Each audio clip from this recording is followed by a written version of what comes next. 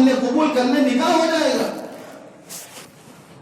لڑکی لڑکے گواہ کے سامنے ایجاب قبول کر لے نکاح ہو جائے گا.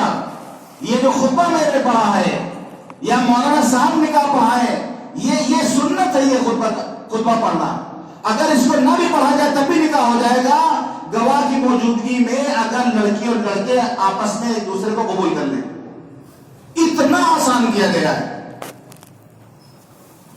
لیکن ہمارے ہاں ان پیسے والوں نے ماحول کو خراب کیا ہے, مالداروں نے ماحول کو خراب کیا ہے کہ جو اپنی بیٹیوں کو لاکھوں لاکھ کا جہیز دے کر, جو لاکھوں لاکھ کا جہیز دے کر اپنی بیٹیوں کو جو رخصت کرتے ہیں, اور پڑوس میں غریب بچی قسم خدا کی جب تکیا میں منہ چھپا کے روتی ہے, تکیا میں منہ چھپا کے روتی ہے, اور وہ سوچتی ہے کہ اگر میرے باپ کے پاس میرا دولت ہوتی تو میرا بھی گھر بچ جاتا.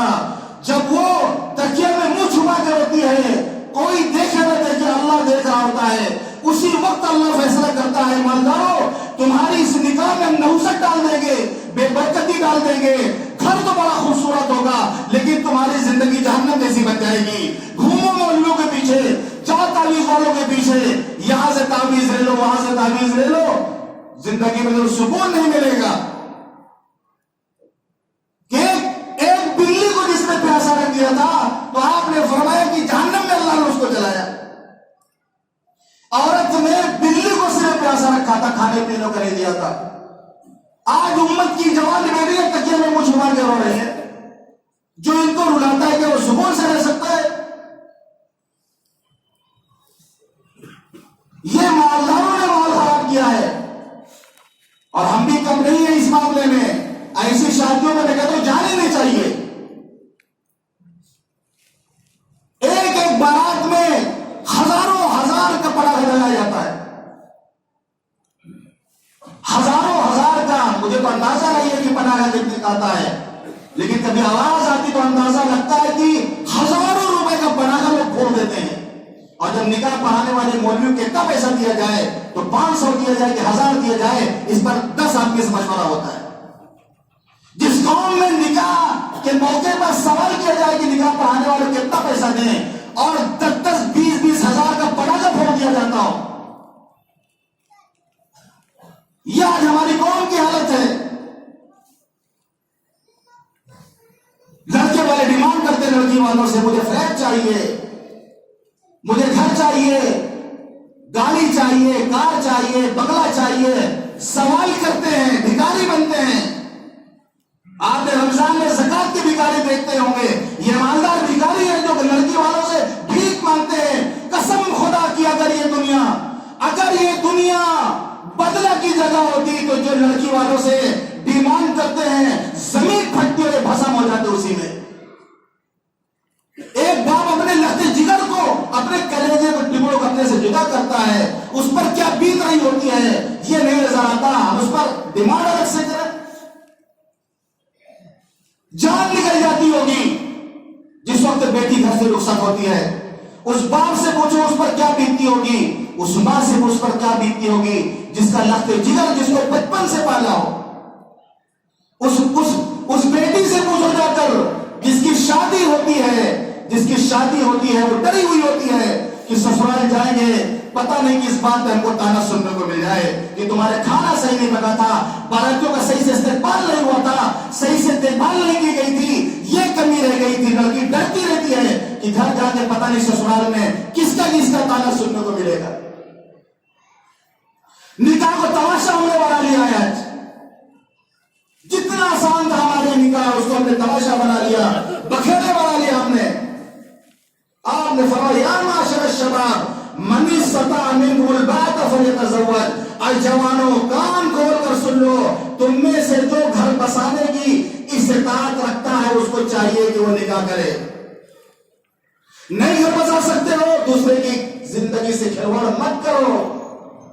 نہیں کما کے کھلا سکتے ہو, کوئی ضرورت نہیں کسی لڑکی کی زندگی کو برباد کرنے کا حق تمہیں نہیں پہنچتا. وَمَن لَمْ يَسْتَطِعْ فَعَلَيْهِ بِالصَّوْمِ. اور جو گھر بسانے کی استطاعت نہیں رکھتا اس کو چاہیے کہ وہ روزہ رکھے, کیونکہ جو نکاح سے جو فائدہ ملے گا وہی روزے سے بھی فائدہ ہوگا. کہ فَإِنَّهُ لَهُ وِجَاءٌ. روزہ اندر کے خواہشات کو توڑ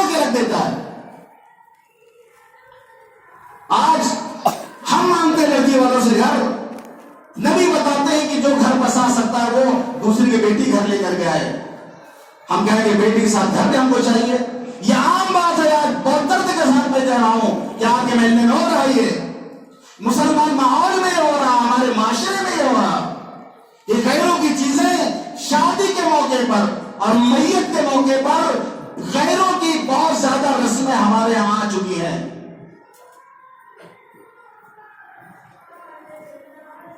مدینے کا مالدار تاجر مدینے کا, صحابہ میں سب سے بڑا مالدار تاجر حضرت عبد الرحمن بن عوف رضی اللہ عنہ حضور پاک صلی اللہ علیہ وسلم کی مجلس میں گئے. کچھ رنگ لگا ہوا تھا, کپڑے پیلے رنگ کی خوشبو لگائی تھی. آپ نے پوچھا عبد الرحمن کیا تم نے شادی کر لی؟ جی اللہ کے رسول میں نے شادی کر لی. آج کا عرب پتی کے پاس اتنا پیسہ نہیں ہو جاتا. حضرت عبد الرحمن بن عوف رضی اللہ عنہ پیسہ تھا. عرب پتی جو آج اپنے آپ کو لگاتا ہے اس سے زیادہ دولت اللہ نے حضرت عبد الرحمن بن عوف رضی اللہ عنہ کو دی تھی. مدینے میں شادی ہو رہی ان کی, حضور پاک صلی اللہ علیہ وسلم مدینے میں موجود ہیں اور آپ کو پتہ بھی نہیں ہے. کتنی آسان شادی اسلام کی.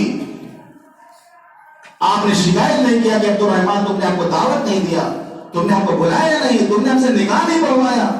ہم کو کم از کم بلا لیتے, ہم تمہارے حق میں دعا کر دیتے. آپ نے اتنا فرمایا اولی ولو بشاتن, دیکھو ولیمہ کرنا چاہے بکری کیوں نہ ہو, یہ لڑکے والوں کا کام ہے.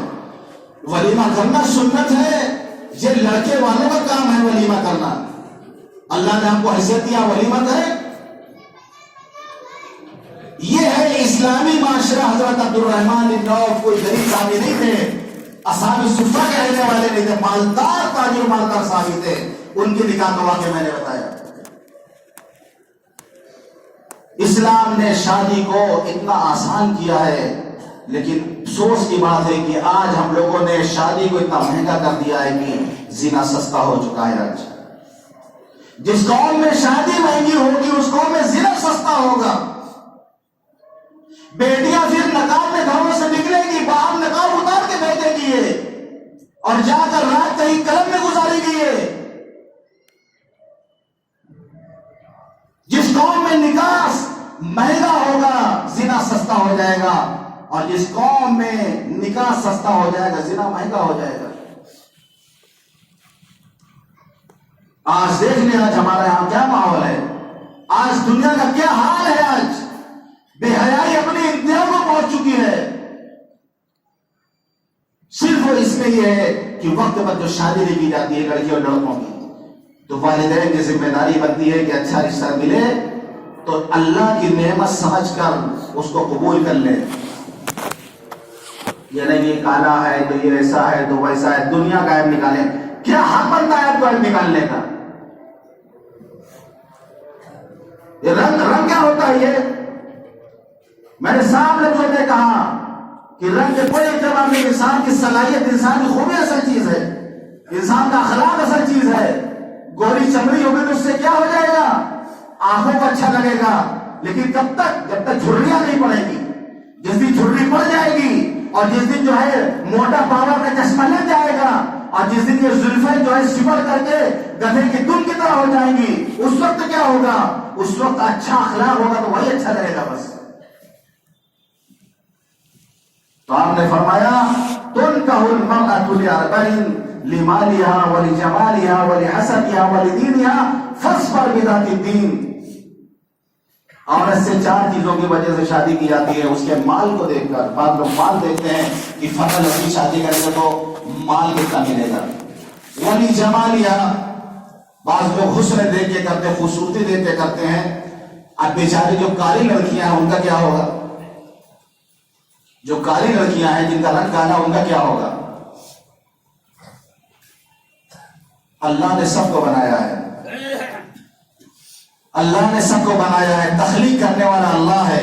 ایک دیہاتی جا رہا تھا, دیکھنے میں اچھا نہیں تھا, کوئی دیکھ کے اس کو ہنسا تو اس دیہاتی نے کہا کہ ماٹی پر حسد ہوگی کمہار پر, ماٹی پر حسد ہوگی کمہار پر.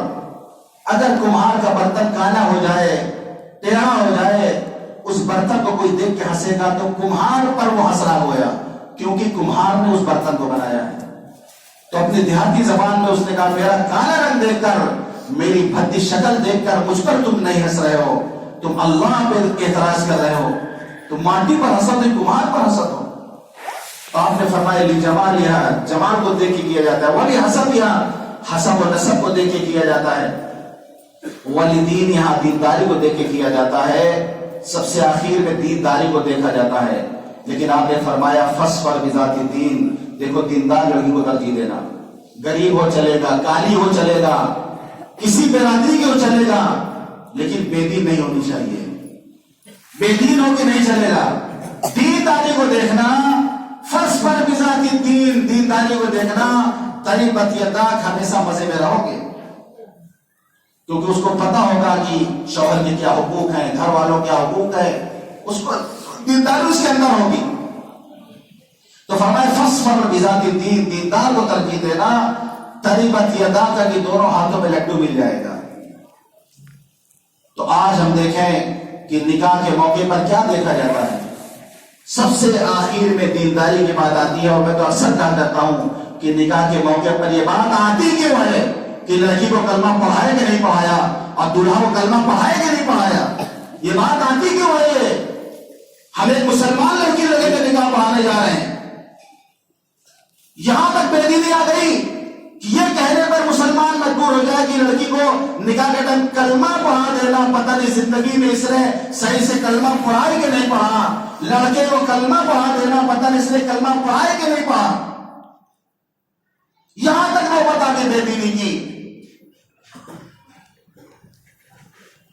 تو نکاح سنت ہے، نکاح بہت آسان ہے، یہ ہمارے مذہب نے جو نکاح کی جو نعمت ہمیں دی ہے یہ بہت آسان ہے، اور صحابہ نے ایسا کیا ہے۔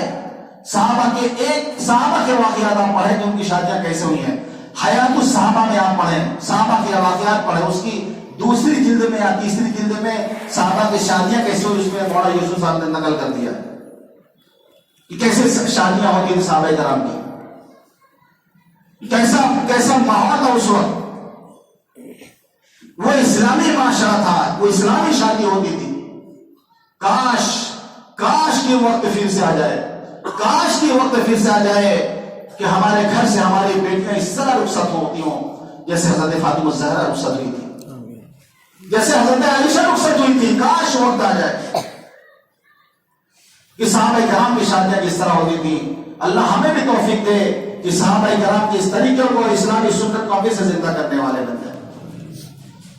تو یہ دو چار باتیں ضروری نکاح کے موقع پر جو کہی گئی ہے، اللہ تعالی ہم سب کو ان تمام باتوں پر عمل کرنے کی توفیق عطا فرمائے۔ وآخر دعوانا الحمدللہ رب العالمین۔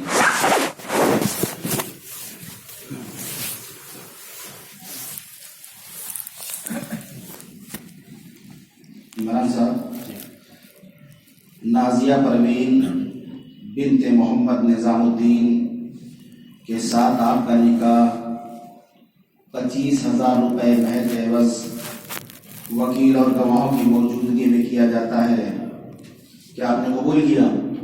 جی میں نے قبول کیا۔ ریان اختر، رافیہ پروین بنت محمد نظام الدین کے ساتھ آپ کا نکاح 25,000 روپے مہر کے عوض وکیل اور گواہوں کی موجودگی میں کیا جاتا ہے، کیا آپ نے قبول کیا؟ جی میں نے قبول کیا۔ دعا کر لیں۔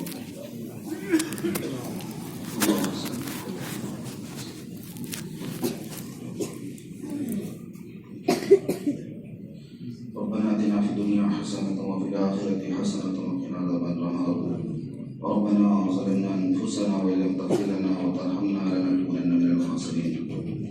اے اللہ، ہم سب ایک سنت کی ادائیگی کے لیے تیرے دربار میں حاضر ہیں، تیری مسجد میں بیٹھے ہوئے ہیں۔ اے اللہ، ہماری اس مجلس کو قبول فرما۔ اے اللہ، جو باتیں کہی گئی ان باتوں پر ہمیں عمل کرنے کی توفیق عطا فرما۔ اے اللہ، اس نکاح کو برکت والا نکاح بنا دے۔ اے اللہ، زوجین کے درمیان الفت و محبت پیدا فرما۔ اے اللہ، اس نکاح کو زندگی میں سکون کا ذریعہ بنا۔ اے اللہ، دو خاندانوں میں تعلق اور دوستی کا ذریعہ بنا۔ اے اللہ، زوجین کو دین کی خدمت کے لیے قبول فرما۔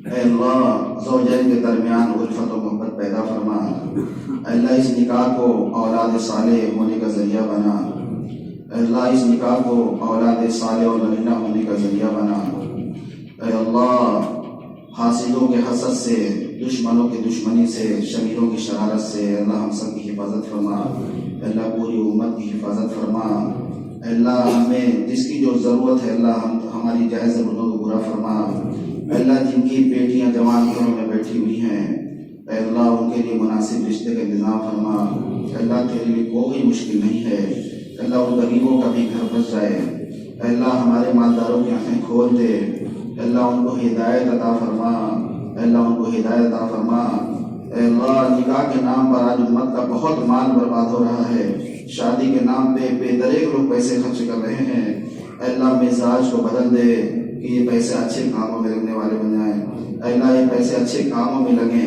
اے اللہ غریبوں کی مدد میں لگیں، اے اللہ غریبوں کا بھی گھر بچ جائے، اے اللہ جو لوگ اس مجلس میں حاضر ہیں اللہ سب کی مغفرت فرما، اے اللہ ہمارے محلے والوں کی مغفرت فرما، ہمارے شہر والوں کی مغفرت فرما، اے اللہ ہماری پوری امت کی امت کی مغفرت فرما، اے اللہ حضور پاک صلی اللہ علیہ وسلم نے نکاح کا جو طریقہ بتایا ہے اس طریقے سے نکاح کرنے کی توفیق عطا فرما، اے اللہ ہمیں توفیق دے کہ ہم مسجد میں نکاح کو کریں اور اس سنت کو زندہ کریں، اے اللہ نکاح کو ہمارے لیے آسان فرما، ہر طرح کی خیر و برکت عطا فرما، اے اللہ تمام کمی کوتاہیوں کو دور فرما، اے اللہ ہم نے جو مانگا وہ بھی عطا فرما، جو مانگنے سے لے وہ بھی عطا فرما، سبحان ربک رب العزت عما یصفون وسلام علی المرسلین والحمد للہ رب العالمین۔